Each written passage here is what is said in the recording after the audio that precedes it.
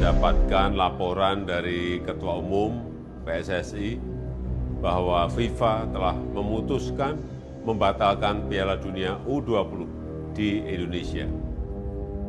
Tentunya kita harus menghormati keputusan tersebut. Saya tahu keputusan ini membuat banyak masyarakat kecewa.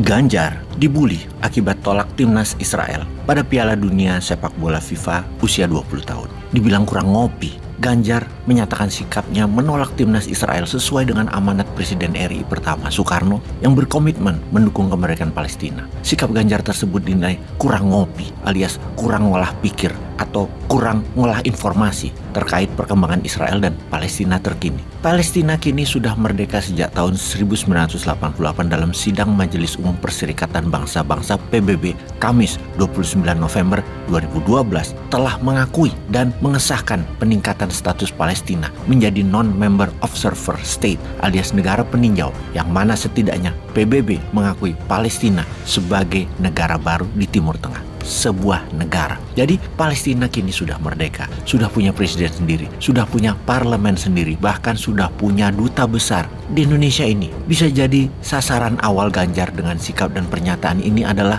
mencari simpati dan suara dari pihak oposisi yang akan berbalik mendukung dia yang saat ini digadang-gadang oleh masyarakat sebagai calon presiden. Atau alih-alih ingin jadi perisai untuk melindungi Jokowi dan negara dari ancaman kelompok radikal. Ternyata blunder. Sikap Ganjar ini membawa risiko besar pada elektabilitasnya sebagai calon presiden, termasuk berimbas pada nasib sepak bola Indonesia jika mendapatkan sanksi dari FIFA. Benar begitu. Bagaimana dengan gubernur PDIP yang lain? Kita semua tahu bahwa Indonesia menang bidding Piala Dunia usia 20 tahun. Ternyata timnas Israel lolos. Sayap kanan bereaksi ke mulut politik. Gubernur Koster dan Ganjar Pranowo tegas tolak kehadiran timnas Israel. Gubernur Jateng dan Bali mendahului presiden. Ternyata Presiden Jokowi minta pisahkan sport dan politik. Ternyata para nasionalis sekarang kecewa dan marah ke Ganjar Pranowo, Koster, dan PDIP. Euforia tolak timnas Israel bisa membuat industri sepak bola Indonesia gak karuan. FIFA bisa ban atau larang tim Indonesia main di semua event. Mimpi anak muda jadi pemain top di AC Milan terkubur.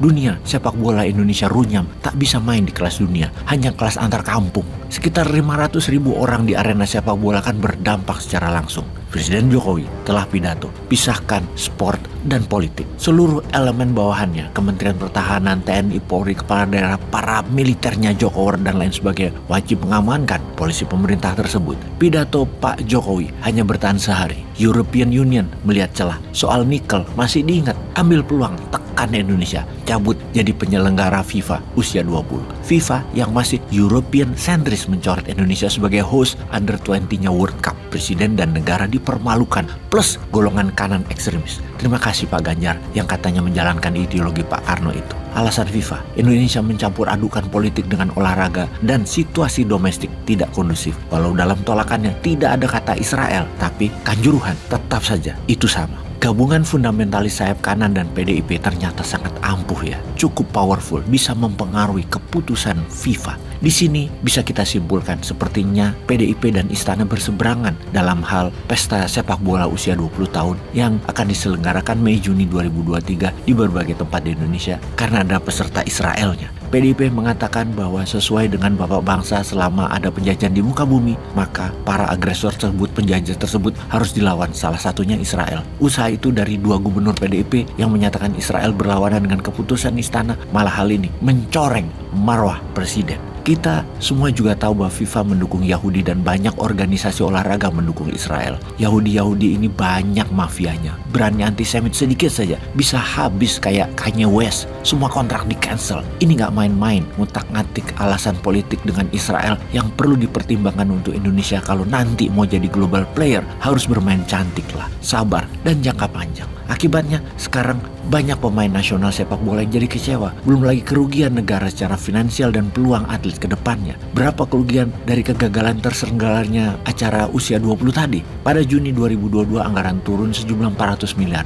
Kemudian Juli 2022 ditambah lagi 500 miliar sebagai dana persiapan dan penyelenggaraan acara World Cup usia 20. Dan terakhir pada Februari 2023, Kementerian PUPR menurunkan dana lagi sebesar 489 miliar rupiah untuk renovasi semua sarana olahraga dan venue. Bukan hanya modal, kerugian dialami juga oleh para pemain, pelatih, dan staf kehilangan pengalaman kelas dunia, di mana tambah parah lagi FIFA menjatuhkan sanksi kepada Indonesia yang bisa mengancam sampai pertumbuhan ekonomi nasional dari sektor olahraga persepak bolaan bisa terancam. Jadi ke depan sing hati-hati. Kalau mau jadi presiden harus perhitungkan matang-matang setiap komentar dan tindakan. Pastikan banyak ngopi, ngolah pikir, ngolah informasi.